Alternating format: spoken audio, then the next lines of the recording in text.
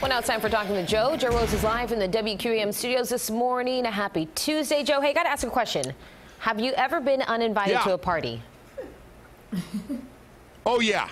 No, I can't. I don't believe that. I don't believe that. No, I'm being dead serious. You are the party. You are the party, Yeah. so I don't think you could ever be uninvited to a party. But someone that got uninvited to a party, well, more like canceled.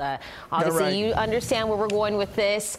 You have the President, Trump, who canceled the party, uninviting the Super Bowl winners, Philadelphia Eagles, to the White House visit. Joe, I know how much you love talking politics in the morning, so I'm going to let you have at it. Well, let me just say this. It's not a big deal to the players. I'm going to be very surprised if we see any NBA or NFL teams go now that Donald Trump knows that a lot of the players aren't going to show up. A lot of the star players aren't going to show up, even going back to Tom Brady, who ended up not going a couple years ago. And I think President finds it embarrassing. So because of that, I think we'll see a lot more of it. This goes back to the players. I was told yesterday probably 10 players at the most had committed to going to the White House today. For a lot of these players, just talking around, calling guys SOBs and leave the country is a real turnoff with the way he's dealt with things. So, and I know Donald Trump's playing to the crowd there that supports him and everything else. But yes, they weren't going to have a big crowd. We're going to see it in the NBA. We're going to see it in the NFL, where teams are just going to say no, thank you. The president will rip them and we'll move on. That's what we're going to see. That's the new pattern of professional sports, especially in the NBA and NFL. I definitely see that. Tough times right now. Well, let's. How'd we handle that?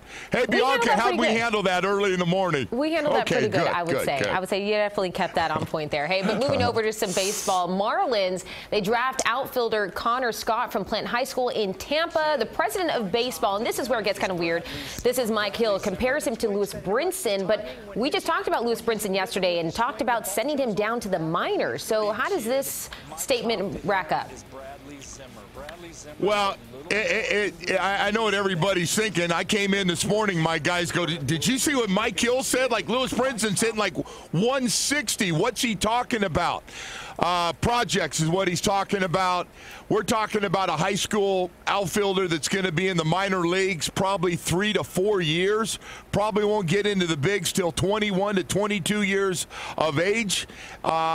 I think Lewis Brinson needs to go back down to minors, get his confidence back. They could be teammates for a while. These guys are young. It doesn't mean they're not going to be really good players down the road, but they really do need to go through the minor league system, develop, and that's where the Marlins are right now. I know a lot of people thought, wow, Mike Hill, maybe you want to come up with somebody else when you start talking about guys who they look like when you draft them, because people didn't quite understand that one going. Lewis Brinson, 160 batting average. Yeah, that's a tough one. No question. There you go. I'll go start from the bottom. Always good talking to you, Joe. We'll talk more sports with you in the next hour. Hey, Bianca, before we go, I thought you were going to ask me about the last party I didn't get invited to, and then I had somebody go, oh, Joe, we thought you were out of town. I go, no, you just know that I'm an idiot like I was Saturday night. Oh, Bianca, I was such an idiot. I had to apologize to people yesterday for Saturday night at the foundation party, which you didn't go to, and you were invited, and you didn't go. But I got to tell you, I was so embarrassed. I just acted like a complete jerkball. Joe, you were the party regardless anywhere you go. So, bye, Joe.